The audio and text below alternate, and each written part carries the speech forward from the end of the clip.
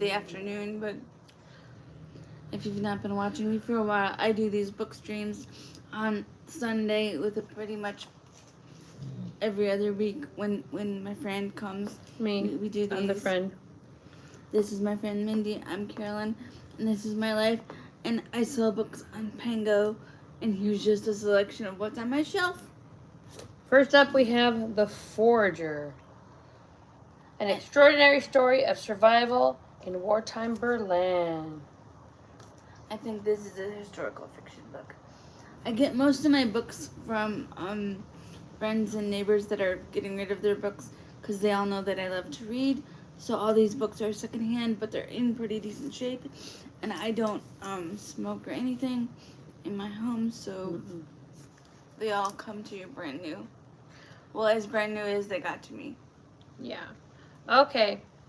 I'm going to read the inside cover. In Nazi Germany, 20-year-old graphic artist Fiona Schonhaus found a unique outlet for his talent. He forged documents for people fleeing the Reich, ultimately helping to save hundreds of lives. Even as the Gestapo posted his photo in public, he lived a daringly adventurous life, replete with fine restaurants and beautiful women, all the while managing to elude the Nazis. Breathtakingly bold, Schonhaus, don't know if that's the way you pronounce his name, talked his way out of an arrest, defended Jewish diners being harassed by the police, and ultimately fled Germany by bicycling to Switzerland. Schonhaus' story, his courageous exploits that saved so many, while others around him were deported, one by one, to the concentration camps, is an astonishing tale of wartime heroism and survival. So if you'd like to read that biography that takes place in and around World War II and the Nazis and stuff, if you're interested in that, that's available on my Pango shop. And now, what's the sale, Mindy? You spend $10, you get $6 off, and if you spend $20, it's free shipping. Yeah, so there's a lot of good sales going on. If you guys want to look up my Pango, it'll be listed in the description below. It just helps support me and give me something to do during the day, and helps me to share my love of books with other people, because I have so many books, guys. They're like all over my house, aren't they? Yep. She's got books everywhere. Yep, in at least 4 different places. Hi, Brian. Hello. He said hi, pretty ladies. Check your. I don't know if you responded on Messenger, but yeah, maybe you did. I don't know. Brian is a good friend of the channel. Okay, Whiskey Sour by J.A. Konrath. You read this book, Carolyn? I have not read this book, but it reminds me of a lot of the books that I used to read in the 90s. It looks to be part of a series. Okay, I'm gonna read it. I'm gonna try. Which way the best way is to hold it? Not like that. Okay. Lieutenant Jacqueline Daniels is having a bad week. Her live-in boyfriend has left her for his personal trainer. Chronic insomnia has caused her to max out her credit cards with late-night home shopping purchases. And a frightening killer who calls himself the Gingerbread Man, who he sounds tasty, is dumping mutilated bodies in her district. Between avoiding the FBI and its moronic profiling computer, joining a dating service, mixing it up with street thugs, and pairing the advances of an uncouth PI, Jack and her binge-eating partner, Herb, must catch the maniac before he kills again. And Jack is next on his murder list. Whiskey Sour, the first novel in the Lieutenant Jack Daniels series, cleverly combines laugh-out-loud humor and edge of your seat suspense. Jack is a fun, fully drawn heroine in the grand tradition of Kinsey Millhone, Stephanie Plum, and Kay Scarpetta. Yeah, that's what I was going to say. I was going to say it reminds me of a Stephanie Plum book. So if you like those kind of series, I know it's a little older now, but there's still a lot of fun. So if you are at all interested in that one. Okay. And the cast oddball characters surrounding her is worthy of an Elmore Leonard novel. I have no idea who these people are, but Carolyn probably does. Yes, but if you're at all interested in either of those, I loved the Stephanie Plum books, so I thought I'd give this one a whirl, and I liked it. But and this is also available on Everand if you guys are subscribed to Everand and want to read this, so you can do a tandem read. I'm going to read what Brian's saying. Church was good, just got home a little bit ago. Carolyn, I finished all 7 books in DCC. They're all yours. And then he said, Carolyn, do you remember those Encyclopedia Browne books? Yes, I do. I remember encyclopedias. Encyclopedia Browne was like one of my favorite things as I was a kid. When I was a kid, a long, long time ago, because I'm old. No, she's not old. You don't even look your age. I'm starting to look my age. The wrinkles. Next up, we have The Cartographers by Peng Shepherd. The Cartographers is a magical realism. It's about nothing. No, I'm just kidding. Let me open it. Okay. You want me to read? Story. I think it's maybe a sci-fi, a little bit. I don't know. I never know how to classify things, right, you guys? So just remember that. I still don't know what cozy murder mystery means. My house was cozy about it. That there's no blood and gore descriptions. Oh, okay, got it. And it usually takes place in a small town. Like a Lifetime movie. Yes, kind of. Yeah. Or Hallmark. Well, Hallmark, they don't have murders. I think they're more like. They do have a Hallmark. They do. Oh. Mystery channel. I'm gonna have to look up all this stuff. Okie dokie. Make sure. Oh, we have a lot of action on the chat. What? Brian says, "Oh, hold on. This person said hi. Team Barker. Okay. Hello. Said hi. In. And then Brian said, make sure you all leave a like. Oh, a lick for Carolyn. She needs more love. Just kidding. Okay. Here we go. Neil Young's whole life and greatest passion is cartography, which is the study of maps. If y'all didn't know that, and the making of maps. Her father, Dr. Daniel Young, is a legend in the field and Nell's personal hero, but she hasn't seen or spoke to him ever since he cruelly fired her and destroyed her reputation after an argument over an old cheap gas station highway map. But when Dr. Young is found dead in his office at the New York Public Library with the very same seemingly worthless map hidden in his desk, Nell can't resist investigating her surprise. She soon discovers that the map is incredibly valuable and exceedingly rare. In fact, she may now have the only copy left in existence, because a mysterious collector has been hunting down and destroying every last one, along with anyone who gets in the way. What do you want to say? Hello, everybody. I love the action in the chat. Thank you for the hearts. Thank you for the hearts. Okay, but why? To answer that question, Nell embarks on a dangerous journey to reveal a dark family secret and discovers the true power that lies in maps. Perfect for fans of Joe Hill, or that is, you know, and V.E. Schwab, The Cartographers is an ode to art and science, history and magic, a spectacularly imaginative modern story about an ancient craft and places still undiscovered.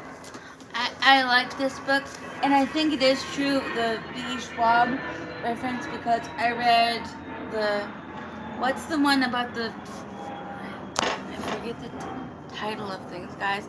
The V.E. Schwab that's, Want me to look up some V.E. Schwab books? Yes, because Mindy will help me out.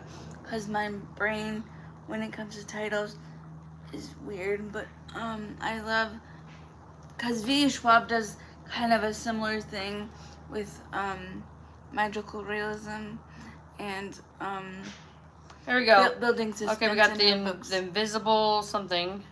Barrier Bones, a dark shade of.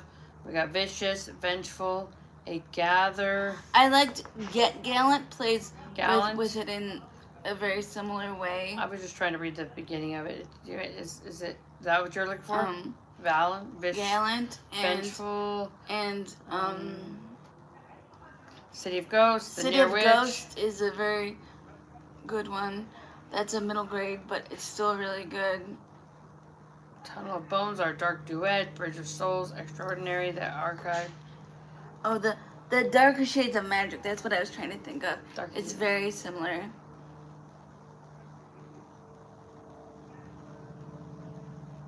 Okie dokie. Next. This one's another one that plays a lot with What the River Knows. Historical setting and I believe a little bit of magical realism.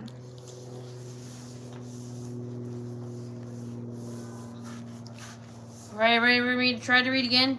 Yes. Bolivian, Argentinian, Inez Olivera, belongs to the glittering upper society of 19th century Buenos Aires. And like the rest of the world, the town is steeped in old world magic that's been largely left behind or forgotten. Inez, whatever her name is, has everything a girl might want, except for one thing she yearns for the most. Her globe-trotting parents, who frequently... Globe-trotting. Globe-trotting. Yeah, she reads a lot. I don't know all these words. I should be able to read it, yeah. But, okay, globe-trotting parents. Globe-trotting parents who frequently leave her behind. At least I made her laugh. When she receives word of their tragic deaths, Inez inherits their massive fortune and a mysterious guardian, an archaeologist in partnership with his Egyptian brother-in-law. Yearning for answers, Inez, we'll call her Inez, sails to Cairo. Egypt. That's Cairo. Egypt. Okay, bringing her sketch pads and a golden ring her father sent to her for safekeeping before he died. Okay, but upon her arrival, the old world magic tethered to the ring pulls her down a path where she discovers there's more to her parents' disappearance than what her guardian led her to believe. With her guardian's infuriatingly handsome assistant thwarting her at every turn, Inez must rely on ancient magic to uncover the truth about her parents' disappearance or risk becoming a pawn in a larger game that will kill her. The Mummy meets Death on the Nile in this lush, immersive historical fantasy filled with adventure, a rival's two lovers romance, and shocking twists and turns. And this reminds me of Indiana Jones, a kind of story. I love Indiana Jones. That was my favorite when I was a kid.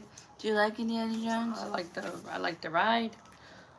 Did you ever watch the movies when you were a kid? I think I watched the movies, yeah, like maybe once. I never read a book, though. Those are all the books that I have for you this afternoon. No, we got one left. Oh. Do you want to do this one, yeah, or are we done? We'll do this one. Sorry, guys. We got one left.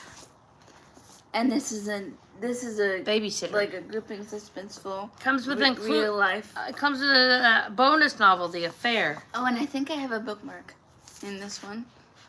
That's the author. Mm-hmm. I called her Sheryl Browne earlier, but it was Brown. Oh, you do. There's a bookmark. Oh, it's cool. I didn't see the bookmark. Okay. So the babysitter, she's perfect, too perfect, okay? Ready? Mm-hmm. You trust her with your family, but would you trust her with your life? Mark and Melissa Kane are thrilled to have found Jade, a babysitter who is brilliant with their young children. Having seen her own house burned to the ground, Jade needs them as much as they need her. Moving Jade into the family home can only be a good thing, can't it? No way, never. I don't know. As Mark works long hours as a police officer and Melissa struggles with running a business, the family becomes ever more reliant on their babysitter. That's never a good thing. Who is only too happy to help. And as Melissa begins to slip into depression, it's Jade who is left picking up the pieces. But Mark soon soon notices things aren't quite as they seem. Things at home feel wrong, and as Mark begins to investigate their seemingly perfect sitter, what he discovers shocks him to the core. He's met Jade before, and now he suspects that he might know what she wants. Mark is in a rage against time to protect the family, but what will he find as he goes back to his home? This one sounds really good. And this one has praise on it from the author of, if you like Gone Girl, which was a really domestic thriller suspense, which had a very interesting twist. So this one might have a twist. And the bonus novel, I don't really know what that's about, but you get two. The affair. Maybe, does it say on that description that we did? Oh. On your phone, maybe? And it just says, no, it just says that there's a bonus, but it doesn't go into detail. I can ask the internet what the bonus, what the affair is about if you want. Sure. Okay. Hold on. I gotta get on. Okay. What is the affair about by Sheryl Browne?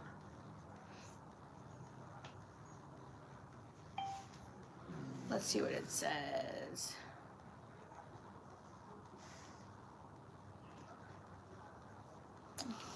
Give me it wrong. Hold on, guys. I thought they would fix it, but it didn't fix the spelling because it put her name with a thing.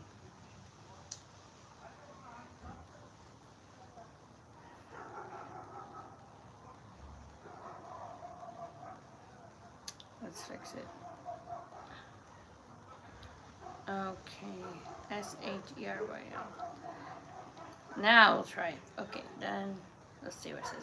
I was able to find the audio for The Babysitter on Everand, if you guys want to check it out. But I never did finish reading The Affair. This is what it says. What it's about. Alicia wakes up one morning feeling that everything has changed. The stale taste of alcohol in her mouth, an uneasy stomach, her husband sleeping soundly beside her, and she knows she will never tell him what happened last night. That's horrible. She believes she knows what happened. The reader believes they know what happened, but as the story unfolds, we realize that the relationships, the past, the motives of Alicia and her husband are all are wrongly assumed. A former colleague turns up at a party and threatens the facade of Alicia's perfect family life. A deadly car accident occurs and secrets multiply. To protect everything she holds dear, Alicia has to tell more lies, which sets in motion a spiral of danger and deception. That sounds interesting too. So if you're willing to read a domestic thriller, they could very easily, sounds like, be turned into either a Lifetime movie or a big blockbuster hit for the summer, and you're looking for something to escape into. I'd highly recommend checking out The Babysitter by Sheryl Browne on my Pango. And you get two books in one. I think that's a good deal. And you get two books in one. It's nice. Feels nice. But those are the selections that I have for you right now. And I will see you guys next video. And I will always hoping you guys reach for your next read. And remember, you are enough. Like and subscribe. Bye-bye. Bye.